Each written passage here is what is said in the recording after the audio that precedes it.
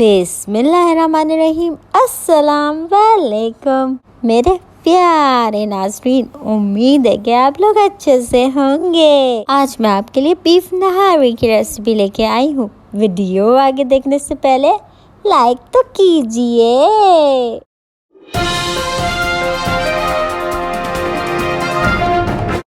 जी नाज़रीन, सबसे पहले मैंने यहाँ पे 1 किलो बूंग का गोश्त लिया था। मैंने 3 टेबलस्पून लहसुन अदरक भी चॉप किया हुआ था।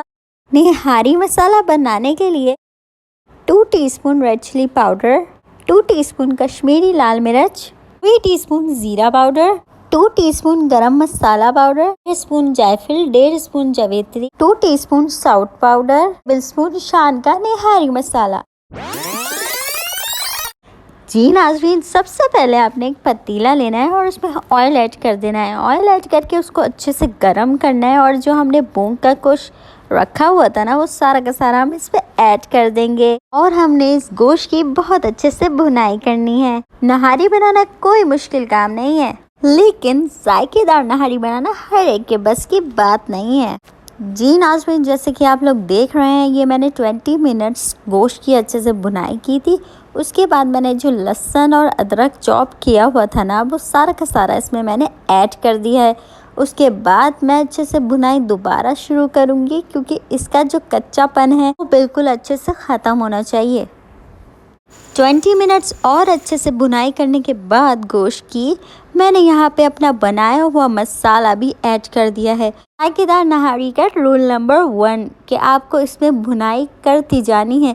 और जब मैं नहारी बनाती हूँ तो आप लोग देख सकते हैं कि लाइट कैसे चेंज हो गई है, क्योंकि दिन से हमारा रात तक का सफ़र शुरू हो चुका है। जी नाज़रीन, जायकेदार नहारी बनाने का रूल नंबर 2 ये है कि अच्छे से भुनाई करने के बाद आपने गोश्त को कभी भी कुकर में नहीं गलाना है। भुनाई करने के बाद आपने पतीले में अच्छे से पानी डालना है। बिल्कुल ही हल्की आंच यानी कि धीमी आंच पे इसको पकाना है। जैसे कि आप लोग देख सकते हैं कि मैंने पतीले में पानी डाल दिया है, लेकिन मैं आपको बताती चलूँ कि ये मैंने भुनाई की थी अप्रॉक्सीमेटली 45 मिनट्स की, जो कि मैं आपको फास्ट फॉरवर्ड में दिखा चुकी हूँ।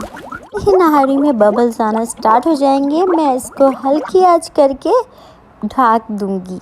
अभी रात के 12 बज रहे थे और मैं सुबह 5 बजे इसका ढक्कन खोलूंगी। बीच में चेक ज़रूर करूंगी। जी नाज़रीन, जैसे कि आप लोग देख सकते हैं कि सुबह हो चुकी है और मैं अपनी नहारी को अच्छे से मिक्स करूंगी पहले, और आपको दिखाऊंगी कि हमारा गोश्त कितने मुलायम तरीके से गल चुका है। गोश्त को मैं बिल्कुल अलग प्लेट में निकाल लूंगी और नहारी को थिक करने के लिए आटे और पानी की ग्रेवी बनाऊंगी।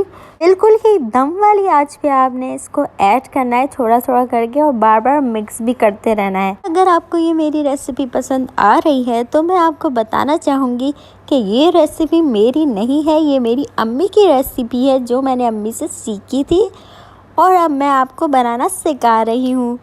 इसी के साथ साथ हमारी जो ग्रेवी है वो थिक हो चुकी है और हमने सारा का सारा गोश्त वापस ऐड कर दिया था। और अगर आपको मेरी रेसिपीज़ अच्छी लगती है ना, तो आप मेरे अब्बू के लिए ज़रूर दुआ करिएगा। मेरे अब्बू का नाम कौसर आगा है, आप उनके लिए ज़रूर दुआ कीजिएगा कि वो बहुत जल्द सेहतयाब हो जाएं। इसी के साथ ही हमारी तड़के के लिए ज़बरदस्त किस्म की प्याज फ्राई हो चुकी थी, तो फिर हमने इसमें कश्मीरी लाल मिर्च की 1 टीस्पून ऐड कर दी और हम इसको तड़का लगा देंगे और अच्छे से मिक्स कर देंगे।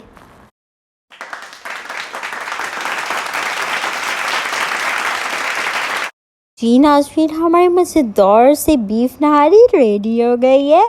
वीडियो पसंद आए तो कमेंट बॉक्स में ज़रूर बताइएगा। अल्लाह आपको खुश रखे, आबाद रखे और आपकी सारी जायज़ मुरादें पूरी हो। इसी के साथ दुआओं में याद रखिएगा। अपना बहुत ख्याल रखिएगा। कामिश वर्ल्ड की तरफ से खुदा हाफिज़।